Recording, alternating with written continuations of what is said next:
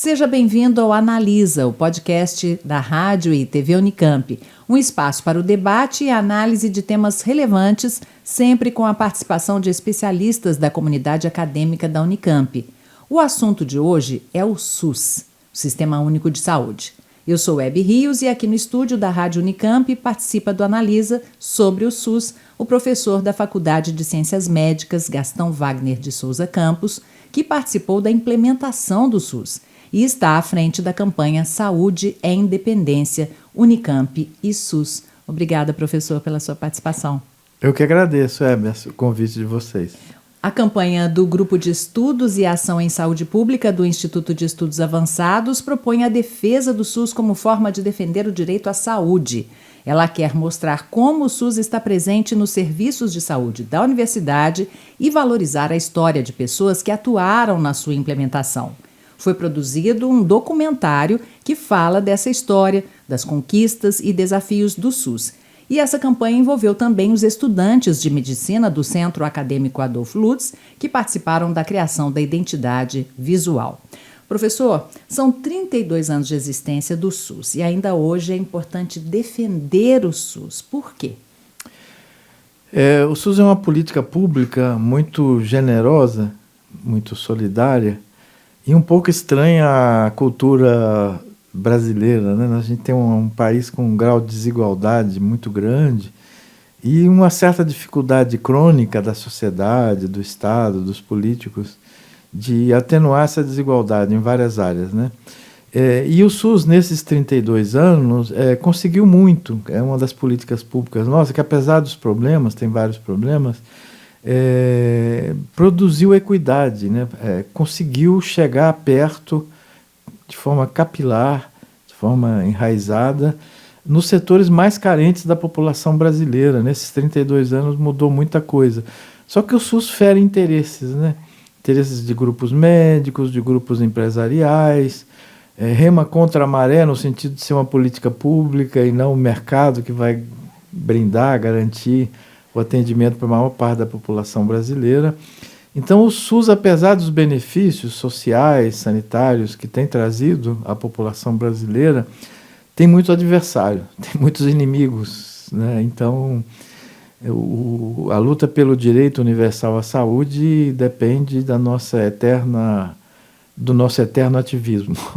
E esse ativismo, esse esclarecimento, né, do que é o SUS, defender o direito à saúde pública, principalmente entre os usuários do sistema, porque o senhor comentou numa reportagem, inclusive, que as pessoas às vezes nem sabem onde o SUS está, esses usuários, né? Um dos problemas do SUS, o pessoal da área de comunicação nos alertou, é que a nossa marca é ruim. Eu falei, o SUS? Não. A visibilidade do SUS, porque o Brasil é um país federativo, então o SUS ele tem serviços municipais, estaduais, das universidades públicas, federais. Isso criou uma certa torre de Babel, né? Não tem uma placa comum que diz aqui é o SUS, como existe em Portugal, na Espanha, no Reino Unido, onde há sistemas como o SUS, né, tá marcado a identidade. Nós não trabalhamos com o crachá do SUS, nós trabalhadores profissionais do SUS, cada um com o crachá da sua... Você pergunta a um profissional, onde você trabalha? Eu trabalho no postinho da Prefeitura de Campinas, do SUS. Eu trabalho no Hospital das Clínicas da Unicamp. Ninguém trabalha no SUS, né, e as pessoas vão no postinho, vão no HC, né? Então nós temos um problema de construção de identidade, né, de reconhecimento. As pessoas que usam o SUS, 70% dos brasileiros usam regularmente o SUS, criticam fila, dificuldades, humanização, burocratização e falta, mas elogiam o SUS, dá uma nota dessas enquetes de opinião muito boa. Os 30%, 25% que depende bem menos do SUS, a elite, classe média alta, criticam muito o SUS, falam que o SUS não funciona, que não presta, nunca foram, né? E usam o SUS indiretamente, na vigilância de medicamentos, de agrotóxicos, que tudo isso é SUS também, né? Uhum. E os problemas, então, já que o senhor está entrando nesse mérito, né? A questão de investimento, gestão, o que o senhor avalia que é mais grave? Lembrando do Chico Science, um cantor de Pernambuco, um compositor, ele tem um verso que o problema são problemas demais. Então o SUS tem essa importância, esse mérito, né? O SUS é responsável por uma expansão da esperança de vida dos brasileiros, de idosos e de crianças. Diminuiu muito a mortalidade infantil de menor de 5 anos e dos maiores de 50, 60, né? Porque o SUS garante o atendimento, enfim. Mas o SUS tem problemas de financiamento, ele é construído, tem 32 anos, a partir da implementação, da hegemonia, do pensamento chamado liberal radical, neoliberal, que critica as políticas públicas, diz que cada um tem que se virar, né, o empreendedorismo e pagar o seu seguro privado e tal. Então, isso teve uma influência muito negativa. O SUS tem metade do recurso mínimo necessário. Ele é financiado com orçamento federal, estaduais, dos estados e dos municípios. Os municípios dobraram os gastos nesses 32 anos, os estados aumentaram 20%, e o federal, fazendo a correção da inflação, mantém o mesmo valor ao longo dos 32 anos. Então, o crescimento do SUS foi principalmente pelo orçamento municipal. Nós temos que brigar para aumentar o orçamento federal. Estamos fazendo uma pressão junto aos candidatos a presidente, todos aí, a presidenta, para que o SUS tenha, em 4 anos, uns 130 bilhões a mais. Dobrar. Ele gasta uns 130 bilhões de reais por ano. Nós precisamos dobrar. E é o governo federal. Os municípios já gastam no limite máximo. Não pode. Agora, nós precisamos também, o problema não é só de financiamento, é o que fazer com esse recurso, qual a alocação. Nós temos que investir na atenção primária, que atende atualmente 48% da população, precisa chegar a 80%, né? Porque a atenção primária ela faz prevenção, orientação e tratamento, ela segura a vida dos diabéticos, dos hipertensos, das doenças crônicas, né? E até com relação a isso, há um desequilíbrio nessa distribuição de verbas? Por exemplo, a alta complexidade acaba recebendo mais, não é? Sim. A área hospitalar de especialidade, chamada alta complexidade, recebe mais. Somente 30% vem para atenção primária, básica, para os centros de saúde, né, que tem que fazer essa atenção integral, e para a saúde pública, combate a epidemias, investimento em ciência e tecnologia, do Butantan, da Fiocruz, 70% mas isso acontece na maioria dos países, sabe? Porque ela custa mais, atende menos gente, né? A terapia intensiva, o transplante, mas custa mais e é necessário para garantir o que a gente chama de integralidade, né? Atenção básica, a gente mantém os hipertensos, os diabéticos, as pessoas com problemas de saúde mental vivendo em situação boa, mas os casos se agravam. E aí precisamos ter a retaguarda dos hospitais, da urgência e emergência, né? Então, o que nós temos a prioridade nossa é investir mais na atenção primária agora, para reequilibrar. E nós temos um desequilíbrio regional. Per capita, o estado de São Paulo recebe mais pelo SUS do que a Amazônia, toda a Amazônia. Uhum. E, professor, o SUS, o senhor acha que também sofre uma campanha de desvalorização até para que a privatização aumente, os planos de saúde ganhem cada vez mais espaço? Com certeza, né? O SUS, quando era comentado antes da pandemia, era para mostrar os problemas que precisam ser mostrados, mas não dizia da potência do que o SUS, essa coisa de elevar a esperança de vida, é muito forte. Há 30 anos atrás, 30% da população tinha diagnóstico e tratamento de câncer. Hoje nós temos 70%, 65%. Então, é uma expansão muito grande, né? Mas a gente tem essa campanha contrária ao SUS e a imprensa, a opinião pública, os economistas, administradores usam como receita para melhorar a gestão do SUS exemplos, modelos do setor privado. O SUS é público. Esses modelos servem para fazer celular, produzir carro, não servem para gestão da saúde, né? E aí a gente tem uma pressão muito grande para privatizar, para terceirizar, que piora, fragmenta, degrada o atendimento do SUS. E dentro desse processo, o que o senhor acha que a pandemia deixou de lição para o SUS? Né? Que foram muitas dificuldades, né? Agravadas aí pelo esgotamento, né? A quantidade de pessoas atendidas. Que lição que ela deixou, já vindo de um cenário de problemas, né? Como o senhor mesmo apontou? Sim, são anteriores. O grande recurso, a grande ferramenta para enfrentar a epidemia no Brasil foi o SUS, Sistema Único de Saúde. 80%, 90% do que fizemos foi pelo SUS. Se priorizou os casos graves. O Congresso aprovou 4 bilhões a mais, que foram quase todos, 40 bilhões a mais de reais, que foram quase todo investido na terapia intensiva, nos casos graves, para evitar a mortalidade. E a gente não teve recurso para investir na prevenção, nas campanhas, apoio a quem tivesse que ficar isolado, né? Então, o desempenho do SUS na pandemia a gente pode considerar razoável, mas teve muitos problemas também porque o Ministério da Saúde foi neutralizado pelo presidente da República, né? Ele não assumiu a coordenação, pelo contrário, ela foi substituída por um colegiado de secretarias estaduais e municipais, com a imprensa, inclusive manter informação sobre os casos. O Ministério da Saúde, a partir de 3 meses da pandemia, foi paralisado. Desmonte, né? Desmonte. Uhum. Então, mas mesmo assim saímos razoável no quadro mundial de enfrentamento da pandemia de Covid-19. Agora, então, falando de avanços, né? Conquistas, como é que o senhor avalia nesses 32 anos essas conquistas? O senhor já falou um pouquinho, né, da questão da expectativa de vida, dos diagnósticos, mas a questão da pesquisa também, né, é muito importante. É muito importante, a pesquisa e a produção de alguns insumos que pelo mercado a gente não consegue. Aí o papel desses institutos que tem 100 anos já, né, da Fundação Oswaldo Cruz, do Butantan, dos laboratórios públicos, Adolfo Lutz e outros, é muito importante, né? Grande parte do tratamento da tuberculose, por exemplo, a medicação é brasileira, não podemos depender do mercado. A vacina, né? A gente compra alguma coisa de vacina, mas o grosso das vacinas obrigatórias da infância, do idoso, a produção é nacional, né? E saúde é inovação, muda. A gente muda as tecnologias, os insumos, os soros, os medicamentos. E a gente tem que estar acompanhando isso. Nenhum país vai produzir tudo. A gente precisa da Organização Mundial de Saúde, da solidariedade, de uma diplomacia muito boa, né? Que o Brasil teve razoável, também piorou agora recentemente, mas nós tivemos.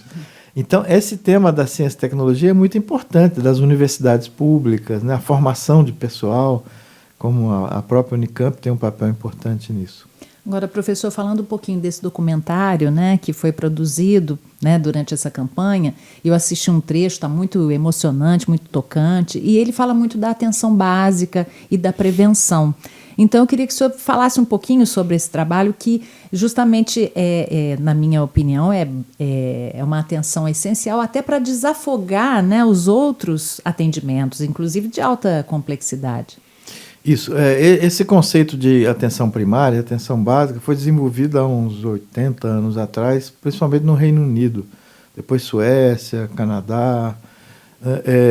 Se descobriu, eu acho que é uma descoberta do século XX, tão importante quanto os antibióticos, contra a vacina Sabin, contra a poliomielite, é a descoberta da atenção primária. Se descobriu que 80% dos problemas de saúde não precisam de internação hospitalar, não precisa de especialistas, eles podem ser resolvidos, né, na tal atenção primária, né, que nos outros países tem, eles chamam de médicos generalistas, enfermeiras, né, generalistas, nós chamamos de saúde da família e comunidade, e a equipe aqui é maior, tem as agentes de saúde comunitária, que tem que fazer prevenção também, visita, orientação. Então eles inventaram um serviço de saúde, isso só tem nos sistemas públicos, que faz tratamento clínico de qualidade, muita qualidade, de problemas complexos, né? E o Brasil é um país que está envelhecendo, né? Então, grande parte desse povo se trata na atenção primária. Esse conceito é muito importante. E é um conceito que é muito criticado pelo quem pensa a medicina como mercado, como consumo, porque ele faz mais coisas com um custo 3 vezes menor, 2,5 vezes menor, né? Então, os sistemas públicos dependem da atenção básica, da atenção primária. Não é para pobre, é para todo mundo. Uhum. A gente quer ter uma cobertura no Brasil de 80% a 85%. Temos 45% agora. Então, nós estamos pressionando os próximos governos para dobrar o número de equipes de saúde da família. E é uma política da saúde, não da doença, né? A gente vê bem isso, né? Eu diria que é das duas, viu? Tem que priorizar a saúde, a prevenção, a manutenção da saúde. Inclusive, o autocuidado, a atenção primária valoriza assim, a parte é você que faz, nós não fazemos tudo. O diagnóstico você tem que participar, você, sua família, né? Mas o cuidado de si mesmo, ele é uma terapia muito importante. Mas as pessoas se enfermam, né? Sim, sim. Mas eu digo isso da saúde porque quando existe essa tensão, até em função da gente ter um país com uma série de desigualdades, quando, por exemplo, uma comunidade é assistida e ali você faz um diagnóstico de que aquele problema não vem da doença propriamente, mas vem da falta de saneamento, da falta de água, da falta de alimento, né? Isso, então você foca no que é essencial para a saúde, para a pessoa viver, né? Isso que você fala é importante porque o SUS só não resolve o problema de saúde. Né? O tema da violência urbana, dos jovens, principalmente negros, homens, são assassinados, né? Você tem uma quebra na pirâmide populacional da população negra, a mortalidade é altíssima. Caiu a mortalidade infantil, mas aumenta a cada ano a mortalidade de jovens, adolescentes brasileiros pela violência urbana. Está longe da saúde resolver. A habitação. Nós temos 40% dos bairros, da habitação que é absolutamente inadequada. Precisa de política habitacional urbana, iluminação, né? A renda. Há muita pesquisa no mundo todo dizendo que quando cai a renda, o desemprego aumenta a mortalidade infantil, diminui a esperança de vida, os velhos e as velhas morrem antes, mais cedo, né? O tema da alimentação, né? Do controle do ambiente, de agrotóxicos, que produzem, aumenta o risco de câncer, né? Campanha contra o tabaco, o cigarro, da dependência química, né? Por alcoolismo, por uma série de outros fatores. E aí o SUS tem uma abordagem social muito forte, né? Quer dizer, ele faz um diagnóstico da vida brasileira, não é só uma questão da saúde olhando o indivíduo, né? Isso. É algo muito maior, né? É muito maior. O direito à saúde passa por essa perspectiva coletiva, populacional, mas passa por a gente garantir, atender o sofrimento e a agonia de cada pessoa, sabe? Tem que pegar as duas coisas. Tem que pegar coletivo e o individual, né? Trabalhar com o objetivo da saúde, de qualidade de vida, mas reconhecer que todos nós temos riscos diferenciados, vulnerabilidades diferenciadas, né? E doenças singulares também, né? Viver muito, muitas vezes, é segurar as pessoas vivas com diabetes, com hipertensão, né? O câncer era uma doença mortífera no Brasil, hoje está virando uma doença crônica. A maior parte das pessoas vivem muitos anos, mas com custo para o SUS, com custo que vale a pena, porque estamos investindo na vida das pessoas, né? A pessoa que tem diabetes, metade, precisa de insulina. Insulina é tão importante quanto arroz e feijão, para essas pessoas, para outros não. Faz parte da cesta básica de sobrevivência, né? Arroz e feijão é o emprego, é o salário, né? A alimentação adequada, segurança alimentar, fundamental, que transcende o SUS, né? É intersetorial. Agora, já que o senhor está falando de investimentos, o senhor disse que hoje o SUS precisa do dobro, né, da verba que ele recebe, mas que o desafio é distribuir. Então, qual que seria a distribuição ideal hoje, né? Cada parte receber uma porcentagem, qual seria a distribuição ideal? A distribuição ideal é baseada em população, mas baseada também em problemas de saúde, em renda, a gente chama de vulnerabilidade, né? Quanto menos condições de vida, habitacionais, as pessoas têm, maior é o SUS. A gente propõe que a gente está se esforçando para não lutar só por mais recursos para o SUS, sempre dizer para quê. Então a gente quer mais recursos para o SUS, 30 bilhões a mais por ano, 40 bilhões mais ou menos, para estender a atenção primária para 80% das famílias. Por que 80%? Porque 20% tem seguro privado, tem convênio, tem condições melhores. O Reino Unido, a cobertura da atenção básica é 96%, na Espanha 96%, no Canadá 98%. Mas se a gente chegar a 80%, a gente pega pelo menos a população mais vulneráveis. E aí o resto, a alocação, nós temos que pegar as filas e os vazios assistenciais, que varia conforme a região. Por exemplo, a região de Campinas tem um atendimento bom, no tempo adequado, de câncer de mama, diagnóstico e tratamento. Então nós temos uma esperança de vida das mulheres com câncer que é ótima, que é o esperado na região de Campinas. Na região metropolitana de Fortaleza é a metade. A esperança de vida é muito menor. As pessoas morrem de um problema, as mulheres morrem de um problema que hoje é tratável, é evitável. Né? E no documentário me chamou a atenção também um dado que o senhor apresenta desses 30 bilhões, que o senhor disse que no Brasil eles são destinados à classe média. Então eu queria que o senhor explicasse isso. Não, porque quando a gente fala mais dinheiro para o SUS, né? Outro dia eu estava discutindo agora, um economista disse que para implementar o SUS que nós queremos precisaria de 3 produtos internos brutos. Eu falei, mentira. Essa é a justificativa conservadora. Nós queremos 130 bilhões. Não é nem o orçamento do Estado brasileiro, que é 1 trilhão. A gente tem o uso do orçamento público muito inadequado. Esses 30 bilhões que eu me referi é a isenção fiscal no imposto de renda que a classe média alta, a elite, os ricos se beneficiam. Que custa para expandir a atenção primária para 80% do Brasil.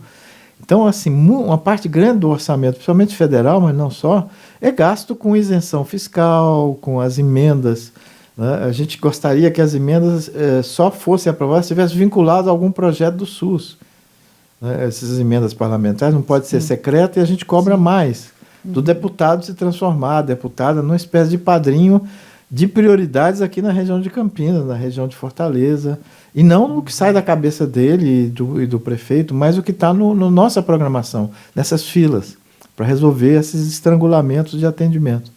E outro detalhe também, daqui a pouquinho a gente vai até acompanhar um trechinho do documentário, é a questão do atendimento com afeto, né?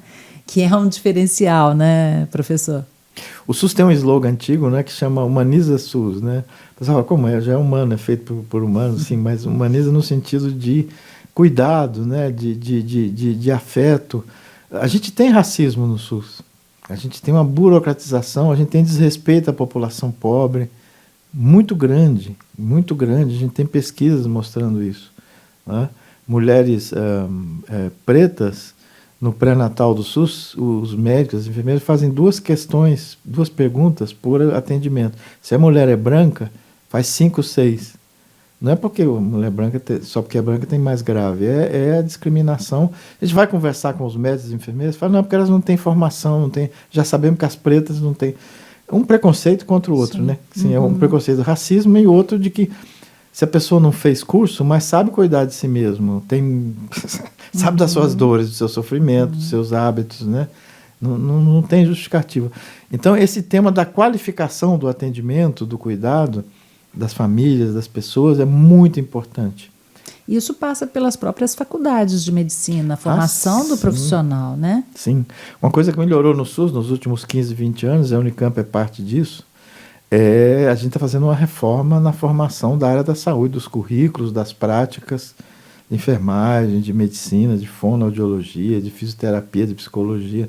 Estamos mudando, botando tudo de ponta cabeça, né? Começa a atender desde o primeiro ano, a coisa do tema da ética é muito importante, das relações interpessoais, com os usuários, com os pacientes, com as famílias, mas também entre nós. A gente tem um desequilíbrio de poder na área da saúde muito grave. Algumas profissões, especialidades, se recusam a conversar, a dialogar, a prestar conta, tanto com os pacientes quanto com colegas. Como equacionar isso? Porque no caso da formação vocês já estão fazendo, né? Mas quem já está no SUS, quem já está atendendo, quem já está na linha de frente, como trabalhar isso? Então, o SUS tem um programa que foi desvalorizado agora, faz 5, 6 anos, mas que tem que ser intensificado outra vez, que esse Humaniza SUS que eu falei. Sim. A gente, no dia a dia, a gente faz mudanças estruturais na forma de atender e mudanças nas pessoas. E a nossa proposta é discutir casos clínicos de forma interprofissional, as equipes, toda semana, durante pelo menos 2 horas. A gente brinca assim, vamos parar de trabalhar? Não, durante o trabalho, para 2 horas e vai falar sobre o que está fazendo, como estamos fazendo, com o médico, com a enfermeira, com quem estiver envolvido no atendimento, vendo a parte técnica, digamos assim, orgânica, mas vendo também o tema das relações. Porque é uma diretriz mundial que 50% do tratamento é a pessoa que faz, é autocuidado. É a alimentação adequada, é o controle da ansiedade, dos afetos, né? Enfim, isso, ou seja, faz parte da terapia, faz parte da função do profissional de saúde. Isso não é uma coisa dos religiosos ou dos pregadores, sei lá de quem, né? Faz parte da qualidade do nosso atendimento, cada vez mais. Isso tem mudado muito. O SUS tem... É interessante o senhor falar isso, era a minha próxima pergunta, justamente se o senhor tem essa percepção de mudança. Porque, por exemplo, eu como usuária, né?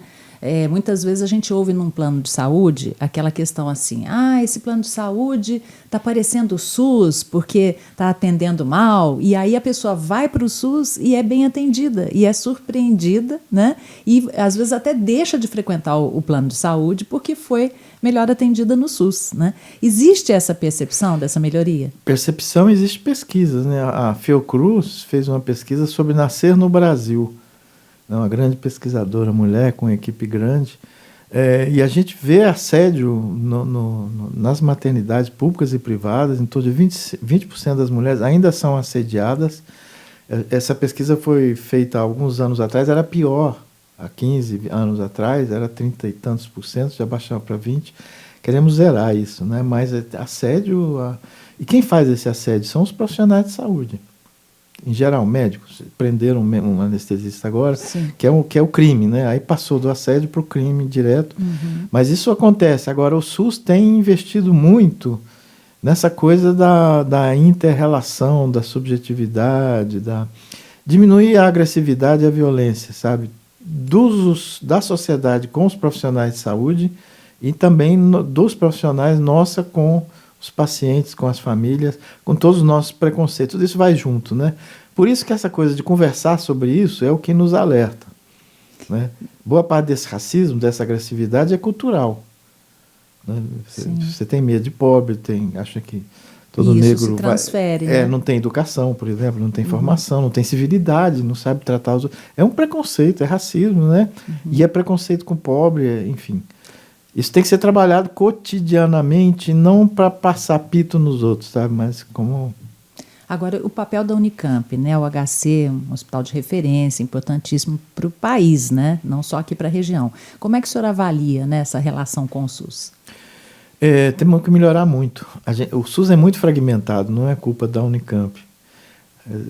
Você perguntou desafios do SUS. Um é aumentar a integração, por causa do federalismo, né? A tal da rede, a gente fala muito em rede, mas funciona de forma muito precária. O HC, o CAISM, o Hemocentro, tem que tomar a atenção básica como se fosse nossa. E é nossa, é do SUS. Critérios de internação, de comunicação, de devolução da informação, né, de educação permanente dessas pessoas que trabalham nesses lugares. A gente pode melhorar muito ainda, sabe, essa relação. Agora, a Unicamp é muito envolvida com o SUS, viu? Desde a sua fundação, desde a sua formação, tanto na área de pesquisa quanto nessa área assistencial, né? E a gente, por que é importante? A formação. O pessoal que nós formamos aqui, médicos, médicas, enfermeiras, nutricionistas, educadores físicos, né, educação física, tem essa experiência de vida, tem uma formação, né, na medicina. Desde o primeiro ano, toda semana eles vão para a periferia, para o centro de saúde. A fono, a medicina. Fazer o quê? Ver? Não. Fazer coisas. Aprender a fazer entrevista, entrevistar a família, fazer uma visita domiciliar, com cuidado, com negociação, com respeito à cultura das pessoas. Então a gente está fazendo um treinamento, uma formação, mais do que treinamento. É uma formação. Isso não é só a Unicamp, é uma diretriz do SUS para a área de educação. Mudamos os currículos, priorizamos estágio no SUS. O SUS é também a gente fala, uma rede escola. É quase que um laboratório, talvez, não sei, de aprendizado, porque no documentário um dos médicos fala exatamente isso. Quando ele vai até a comunidade, ele está levando conhecimento, mas ele está aprendendo tanto, e aquele aprendizado ele retorna, e isso baliza as pesquisas, né? Eu achei muito interessante, né? Isso, A gente trabalha muito com essa, assim, grande parte de como fazer prevenção e da própria doença que cada um tem. É a pessoa que sabe, não somos nós não estamos na vida deles, então a gente tem que escutar, falar, estimular a falar e complementar com a nossa informação técnica, com o aconselhamento, como lidar. É difícil, né, mudar estilo de vida, parece que é fácil, assim, fala como se fosse deixar de fumar, ter uma alimentação mais saudável, sair do sedentarismo, enfim, fazer um controle emocional, né? Isso é obra para uma vida inteira. É verdade. Professor, vamos acompanhar, né? Ouvir e assistir um pedacinho, então, do documentário. O documentário que você vai acompanhar o trechinho agora faz parte, então, dessa campanha, né? Que é em defesa do SUS, Saúde é Independência, Unicamp e SUS. Vamos acompanhar, então. Nenhuma pessoa merece um cuidado melhor só porque está em classe social diferente ou numa raça que é mais respeitada. Raça branca, raça negra, raça indígena, qualquer questão racial e qualquer questão de segmento social está arriscado como diferença para o SUS. Na nossa Constituição, as pessoas são iguais perante a lei. Então, universalidade, a integridade e a equidade passaram seus princípios básicos, pelos quais não só eu, mas toda uma geração de profissionais de saúde lutamos pelo SUS a partir dos anos 70.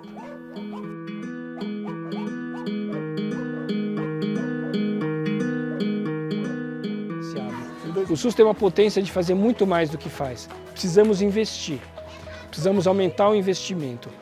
Investir no SUS não é jogar dinheiro fora, ao contrário. E a gente tem que investir principalmente em ações que escutem as pessoas onde elas estão e promoção da saúde. Isso é muito mais barato. O documentário realmente ficou muito emocionante, né, professor? Então, só para as pessoas saberem, olha, entre as ações, né, previstas nessa campanha está a produção desse documentário, que vai ser lançado no dia 6 de outubro, às 3h30 da tarde, no auditório da Faculdade de Ciências Médicas. E esse documentário vai ficar, depois as entrevistas vão ficar arquivadas, né? E o argumento, inclusive, é seu. Vamos falar aqui a ficha técnica, né, do documentário, professor? Olha, direção e edição do Diego Padguchi, produção e entrevistas Sami Charanek, imagens do Marcelo Justo e Vitor Serrano, coordenação de Cristiano Lira Filho, do Grupo de Estudos e Ação em Saúde Pública, do Instituto de Estudos Avançados da Unicamp, e o argumento Gastão Wagner de Souza Campos. Então, como é que foi a experiência, né, de produção, professor?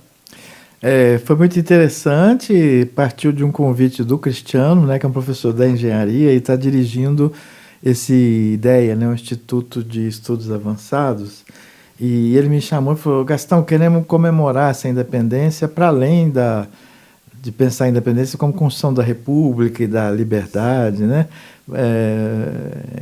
A independência também é direitos sociais, a gente queria priorizar o SUS. Eu falei, vamos lá. Então, passamos a discutir, eu convidei outros professores de várias áreas aqui da Unicamp, convidamos os alunos, né, os estudantes para participar. Uhum. Então, foi um trabalho feito a várias cabeças, a várias mãos, e foi muito interessante. A gente foi descobrindo, eu parti disso, que é um silenciamento sobre o SUS, essa invisibilidade que nós já falamos, que eu falei antes, que não tem placa, que não tem identidade, né?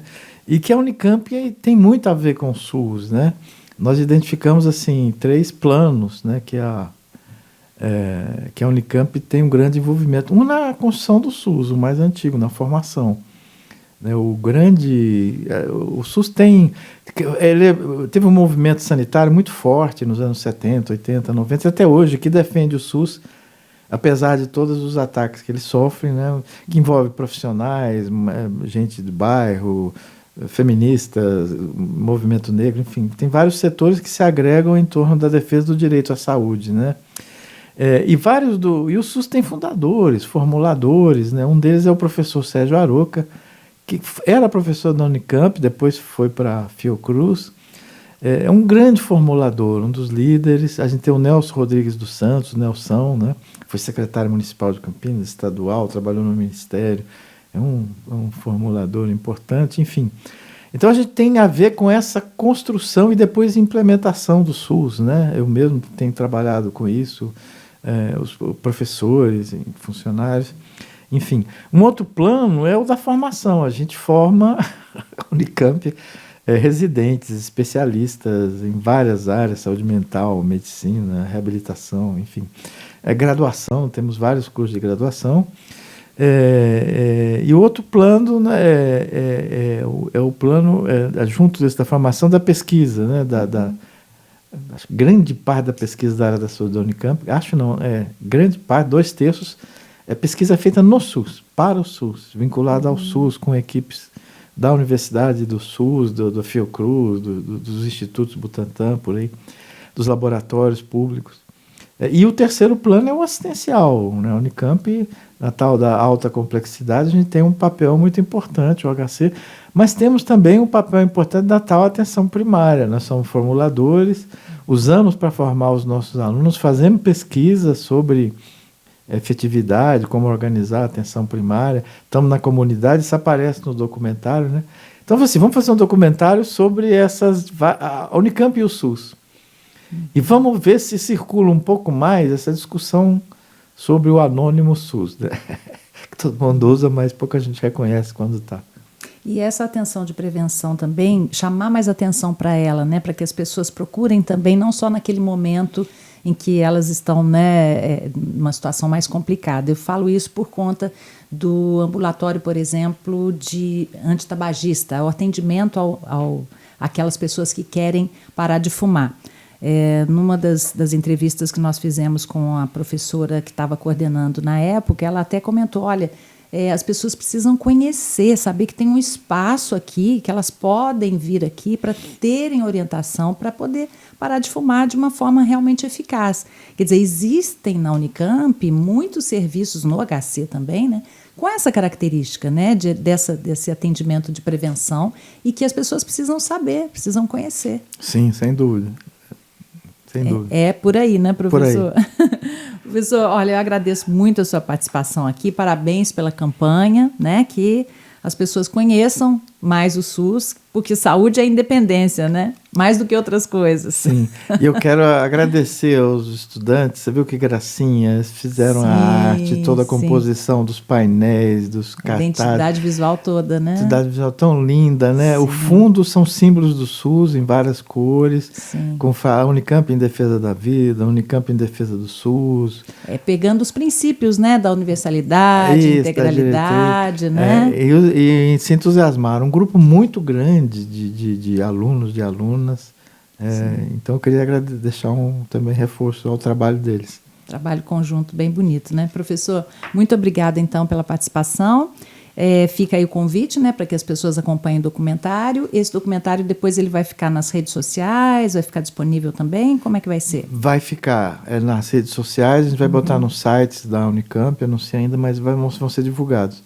A ideia é que ele faça parte do acervo, né? Porque que seja visto não só no dia do lançamento, mas depois. Ok, professor, muito obrigada. Foi um prazer ter o senhor aqui. Até o próximo Analisa. Nos acompanhe nas redes sociais. Tchau, tchau.